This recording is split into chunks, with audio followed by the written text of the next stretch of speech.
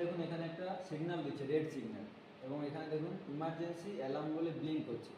তো ইমার্জেন্সি লাইটটা প্রথমে অফ করে নিতে হবে। অফ করার জন্য এখানে ইমার্জেন্সি সুইচ রয়েছে, এটাকে ক্লকওয়াইজ ঘোরাতে হবে। ক্লকওয়াইজ ঘোরালে তাহলে তো এখনও লাইটে রয়েছে। এখানে রিসেট বাটন রয়েছে, মেশিনটা যেহেতু আমরা প্রথম অন করলাম সেজন্য একবার রিসেট করতে হবে। দেখুন লাইটে চলে গেল। এবার তাহলে আমাদের প্রপারলি মেশিনটা অন হয়ে গেছে। এখানে আমরা দেখব ওয়ার্কিং এরিয়া রয়েছে, কন্ট্রোল প্যানেলের পরে এখানে ওয়ার্কিং এরিয়া রয়েছে। এখানে মেশিনের চাক রয়েছে যার মধ্যে আমরা ওয়ার্ক পিসটাকে ক্ল্যাম্প করতে পারবো, এবং এখানে টুলিং পোর্শন রয়েছে যেখানে টুল টায়ারের মধ্যে অনেকগুলো টুল একসাথে ক্ল্যাম্প করা যাবে, যেটা আমরা যখন কাজ করবো তখন সেটা এই ওয়ার্ক পিসের সামনে চলে আসবে। এখন আমাদের এখানে টায়ার স্টেশন 5 লেখা রয়েছে, তার মানে 5 নম্বর টুলটা আমাদের ওয়ার্ক পিসের সামনে রয়েছে। তো আমরা যদি এখন 1 নম্বর টুল দিয়ে কাজ করি, তো আমাদের 1 নম্বর টুলের জন্য এখানে টায়ারের ইন্ডেক্স রয়েছে, এটা দিয়ে আমরা মুভমেন্ট করতে পারি।